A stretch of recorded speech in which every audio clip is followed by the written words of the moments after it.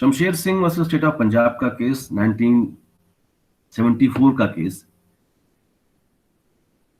ये हमें ये बताता है कि काउंसिल ऑफ मिनिस्टर की एड और एडवाइस का गवर्नर या प्रेसिडेंट की फंक्शनिंग में क्या रोल है। गवर्नर और प्रेसिडेंट किस तरह से बाउंड है काउंसिल ऑफ मिनिस्टर की एड और एडवाइस को मानने के लिए। अगर कॉन्स्टिट्यूशन कहता है कि there is a satisfaction of president और गवर्नर, तो इसका मतलब ये हुआ कि कॉन्स्टिट्यूशन ये कह रहा है कि ये जो सेटिस्फैक्शन है ये उनका अपना पर्सनल सेटिस्फैक्शन नहीं है। ये सेटिस्फैक्शन काउंसिल ऑफ मिनिस्टर का है, जिसकी की एड और एडवाइस पर प्रेसिडेंट और गवर्नर अपनी पावर्स को यूज करते हैं। If the constitution requires the satisfaction of president or governor, then it means that such satisfaction is not personal satisfaction of president or governor. It must be the satisfaction of council of minister, on whose aid and advice the president or governor exercises all his powers. Appointment या removal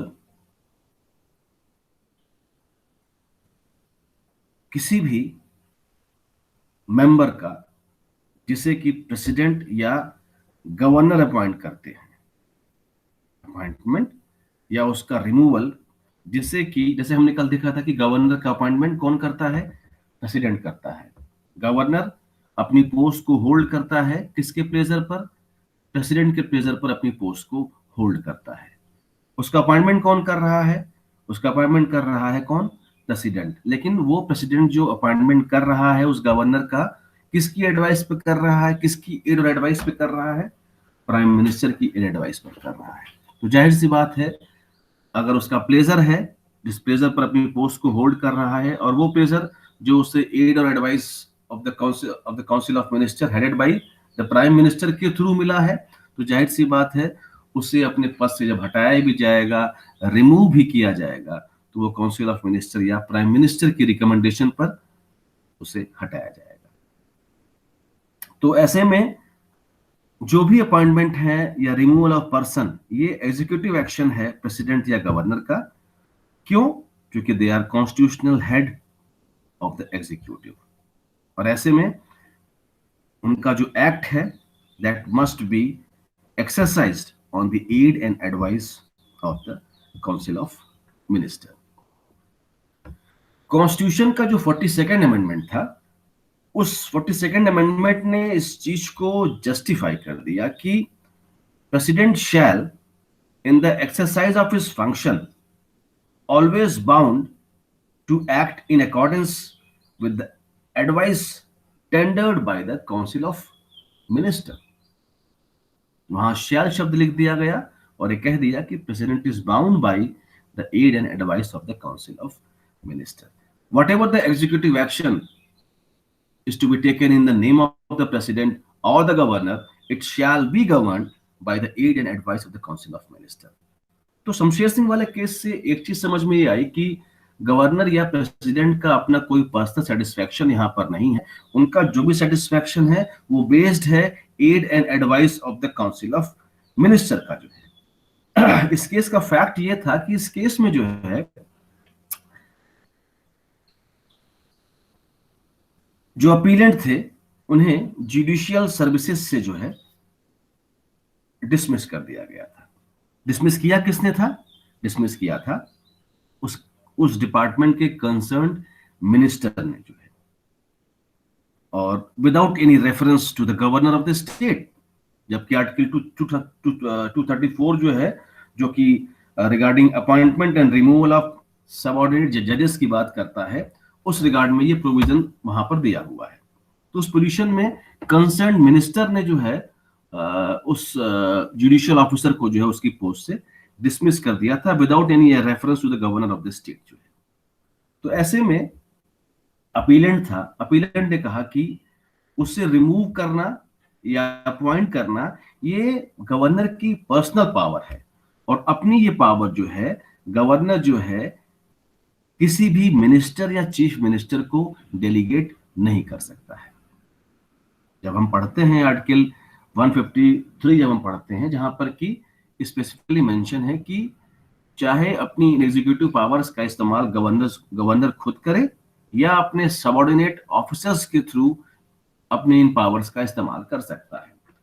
तो governor की जो subordinate officers हैं ये वही ministry के लोग हैं, उसी मिनिस्ट्रियल पोस्ट पर बैठे हुए लोग हैं जिन्हें कि वो काम एलोकेट करता है आर्टिकल 166 में। जो है आर्टिकल 166 सब क्लॉज 1 है, सब क्लॉज 2 है, सब क्लॉज 3 है, जहां पर कि for the convenient functioning of the business of the government के रिगार्ड में गवर्नर जो है इन्हीं मंत्रियों को तरह तरह के कामकाज सौंप देता है, क्योंकि सारा एग्जीक्यूटिव फंक्शन जो है वो सारे मंत्री एक साथ करे जो ये पॉसिबल नहीं होता है।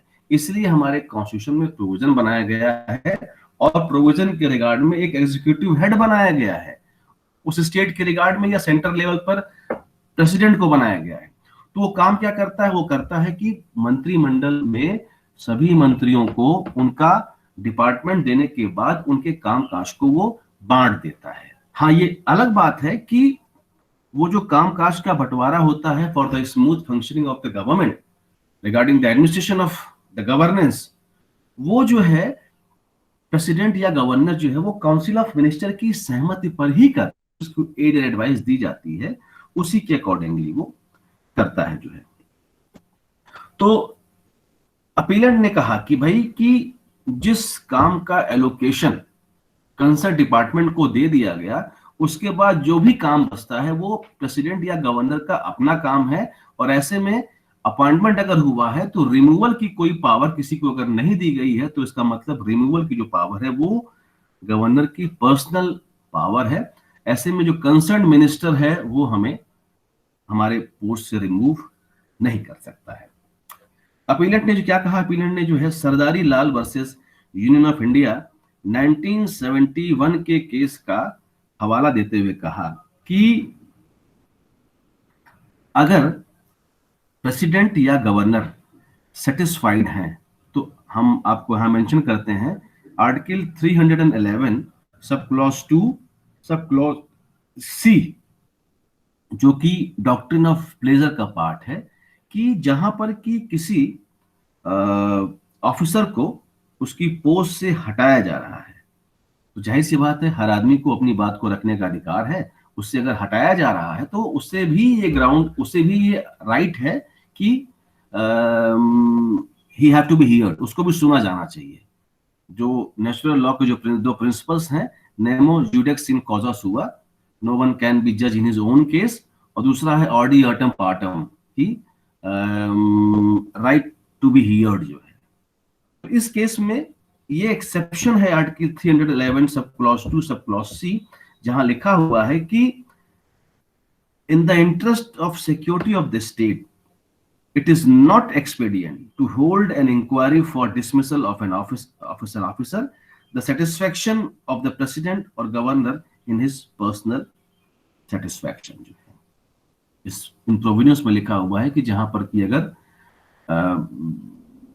In the interest of security of the state, जो राज्य की सुरक्षा को देखते हुए इस मामले में किसी भी तरह की इंक्वायरी करने की जरूरत नहीं है। फला फला आदमी को अगर इसकी पोस्ट से हटाया जा रहा है, अगर लगता है प्रेसिडेंट या गवर्नर को, तो वो उसको हटा सकते हैं। फिर आगे आर्टिकल 234 को मेंशन करते हैं वो लोग, और ये कहते हैं कि आर्टिकल 234 में जो है जो गवर्नर की पावर है regarding appointment and removal of subordinate जजेस, ये उसकी अपनी पर्सनल पावर है, और ऐसे में वो उसके लिए रीजन भी देते हैं। पहला रीजन देते हैं वो कि governor under the constitution required to act in his own description in some special matters जो है, और ऐसे वो मैटर्स हैं जो कि एड और advice of the council of minister से गवर्न नहीं होते हैं।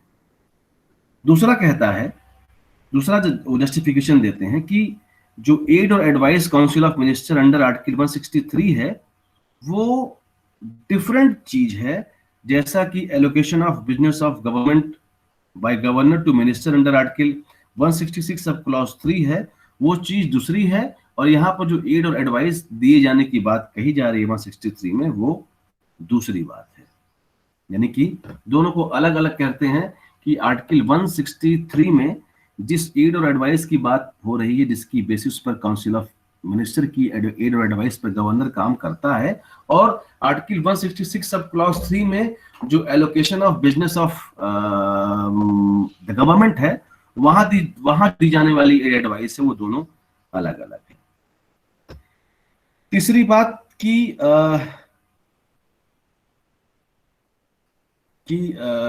जो बिजनेस की अपॉइंटमेंट की बात आर्टिकल 166 सब क्लॉज 3 में कही गई है, वहां किसी मिनिस्टर को जो है, किसी जज को इस तरह से रिमूव करने का राइट या अपॉइंट करने का राइट नहीं दिया गया है, क्योंकि अपॉइंटमेंट का राइट जो गवर्नर के पास है, ऐसे में जो रिमूवल का राइट है वो भी गवर्नर के पास होना चाहिए। सुप्रीम कोर्ट ने सरदारी लाल वाले केस को ओवर रूल कर दिया और कहा कोर्ट ने कि जहां पर की सेटिस्फेक्शन की बात हो रही है प्रेसिडेंट या गवर्नर की, चाहे वो आर्टिकल 123 में हो ऑर्डिनेंस मेकिंग पावर को लेकर हो, चाहे 213 में गवर्नर की ऑर्डिनेंस मेकिंग पावर को लेकर हो, या 311 sub clause 2 sub clause C किसी ऑफिसर को हटाने को लेकर हो, 356 और 360 जो कि स्टेट इमरजेंसी या फाइनेंशियल इमरजेंसी की बात कर रहे हैं, यहां पर जिस सेटिस्फेक्शन की बात हो रही है वो सेटिस्फेक्शन पर्सनल सेटिस्फेक्शन नहीं है। इस सेटिस्फेक्शन का मतलब it must be a satisfaction in the constitutional sense under the cabinet system of government. It must be the satisfaction of council of minister जिसकी एड और एडवाइस पर प्रेसिडेंट और governor अपनी पावर्स को यूज करते हैं।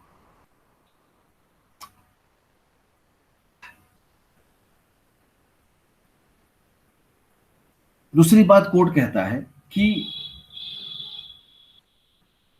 चाहे वो आर्टिकल 77 सब क्लॉज 3 हो जहां पर कि प्रेसिडेंट की पावर है, और जहां आर्टिकल 166 सब क्लॉज 3 हो।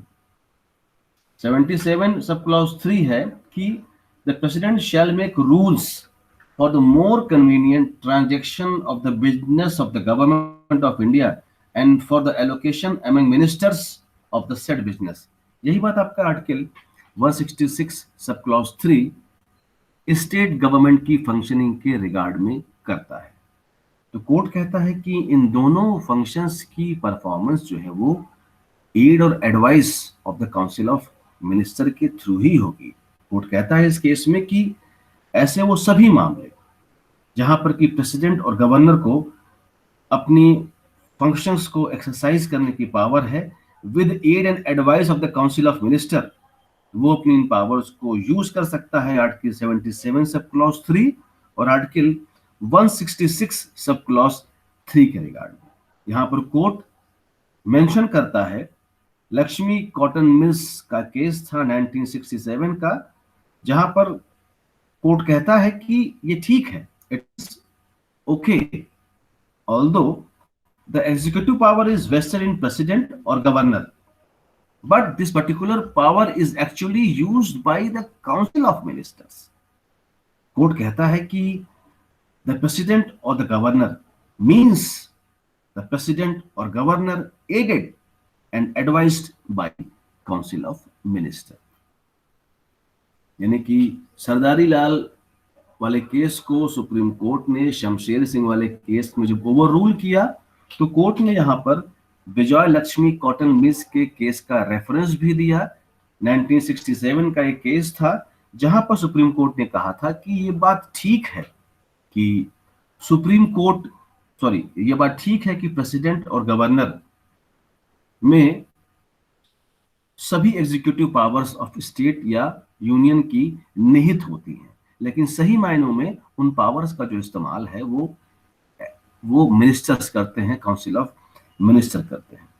कोर्ट आगे कहता है कि प्रेसिडेंट और गवर्नर का मतलब ऐसे प्रेसिडेंट या ऐसा governor who has been aided and advised by the ministers, by the council of minister जो है। कोर्ट कहता है कि जो एलोकेशन ऑफ बिजनेस, जो कि डिसीजन ऑफ प्रेसिडेंट होता है या गवर्नर होता है, बेसिकली ये एड और advice of the council of minister के अकॉर्डिंगली ही होता है। और यहां पर एलोकेशन का मतलब डेलीगेशन नहीं है। तो बच्चों मेरी बात ध्यान सुनिएगा, यहां पर एलोकेशन का मतलब डेलीगेशन नहीं है।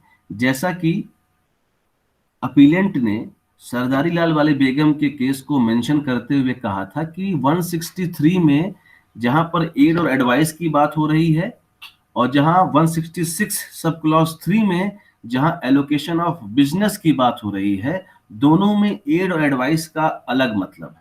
लेकिन कोर्ट ने यहां कहा भैया कि एड और एडवाइस का मतलब पावर का डेलीगेशन नहीं हो रहा है, उसी काउंसिल ऑफ मिनिस्टर की एड और एडवाइस पर ही जो है मंत्री परिषद के विभागों का बंटवारा किया जा रहा है, साथ ही साथ उनके काम का बंटवारा किया जा रहा है ताकि smooth functioning of the business of the government हो सके जो है। तो ये काउंसिल ऑफ मिनिस्टर ही है जो कि जो कि राष्ट्रपति या राज्यपाल को इस बात की सलाह दे रही है कि आपको इस तरीके से काम करना है। तो ऐसे में आर्टिकल 77 सब क्लॉज 3 और आर्टिकल 166 सब क्लॉज 3 के accordingly the decision of any minister और office under rules of business made under article 77 sub clause 3 and 166 sub clause 3 is the decision of the president और governor. इसका मतलब ये हुआ कि जो अपीलेंट को डिसमिस किया गया था, हटाया गया था by the concerned minister, that was justified, जो है। कोर्ट ने यहां पर 1970 का एक केस था, उसको भी मेंशन किया। A Sanjeevi Naidu versus state of Madras का केस था।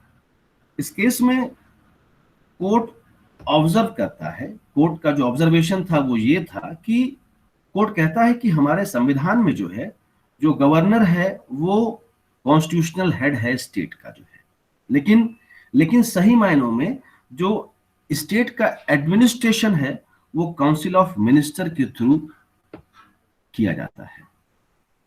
तो ऐसे में जबकि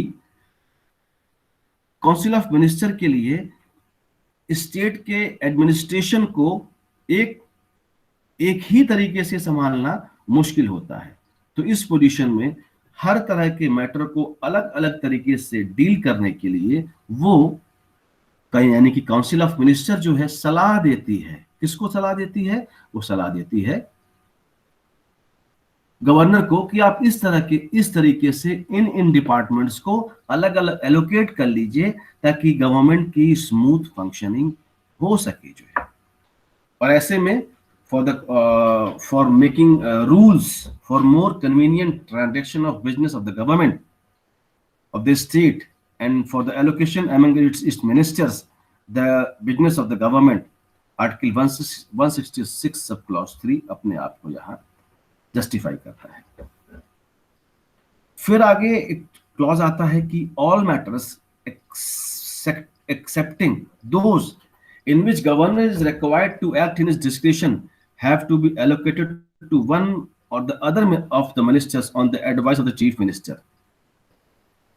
ये पार्ट ये कहता है कि जहां अगर लगता है, क्योंकि जिस बिजनेस का एलोकेशन वहां पर हो रहा है तो कुछ भी गवर्नर के डिस्क्रिप्शन के लिए नहीं रखा जाता है, सब कुछ गवर्नर जो है चीफ मिनिस्टर की रिकमेंडेशन या उसकी एड और एडवाइस पर जो है वो प्रॉपर बिजनेस का एलोकेशन वो सही तरीके से कर देता है। और ऐसे में जो है जो गवर्नर है वो अ, वो इन बिजनेस का एलोकेशन करने के बाद, इन डिपार्टमेंट्स का एलोकेशन करने के बाद ये बात जस्टिफाई हो जाती है कि governor is also bound by the aid and advice of the council of minister जो है। फिर हम देखते हैं कि जैसा कि हम सभी जानते हैं कि गवर्नर क्या कहते हैं, गवर्नर या प्रेसिडेंट जो है अपने एग्जीक्यूटिव एक्शन के लिए रिस्पॉन्सिबल नहीं होते हैं। क्या कहूं कि जो हमारी कैबिनेट है वो रिस्पॉन्सिबल होती है to the legislature for every action to be taken by their ministers जो है। और ऐसे में जो है हम इसे ही कहते हैं कि ये ज्वाइंट रिस्पॉन्सिबिलिटी, जिसको हम कलेक्टिव रिस्पॉन्सिबिलिटी की कॉन्टेक्स्ट में समझते हैं।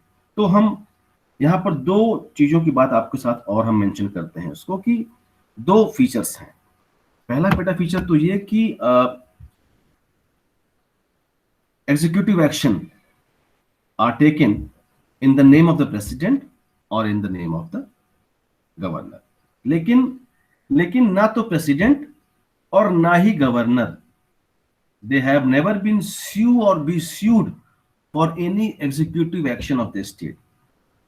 पहला आपका आर्टिकल 300 है जो कहता है कि आर्टिकल 300 आपका ये कहता है कि the government of India may sue or be sued in the name of the union and the governor may sue or be sued in the name of the state। यानी कि आपने देखा ना तो प्रेसिडेंट और ना ही गवर्नर कहीं पर भी जो है वो अपने एक्शंस के लिए स्यू किए जा रहे हैं। कौन स्यू हो रहा है? गवर्नमेंट ऑफ इंडिया हो रही है और स्टेट लेवल पर स्टेट गवर्नमेंट हो रही है। यानी कि प्रेसिडेंट और गवर्नर एग्जीक्यूटिव एक्शन के लिए अपने रिस्पॉन्सिबल नहीं है, भले ही all the laws are made in the name of governor और द प्रेसिडेंट, और भले ही स्टेट की या यूनियन की एग्जीक्यूटिव पावर है वो गवर्नर या प्रेसिडेंट में वेस्ट होती हैं। चूंकि रियल एग्जीक्यूटिव पावर कहाँ वेस्ट हो रही है? काउंसिल ऑफ मिनिस्टर में वेस्ट हो रही है, इसलिए वो रिस्पॉन्सिबल है। इसलिए गवर्नमेंट ऑफ इंडिया और स्टेट गवर्नमेंट रिस्पॉन्सिबल है।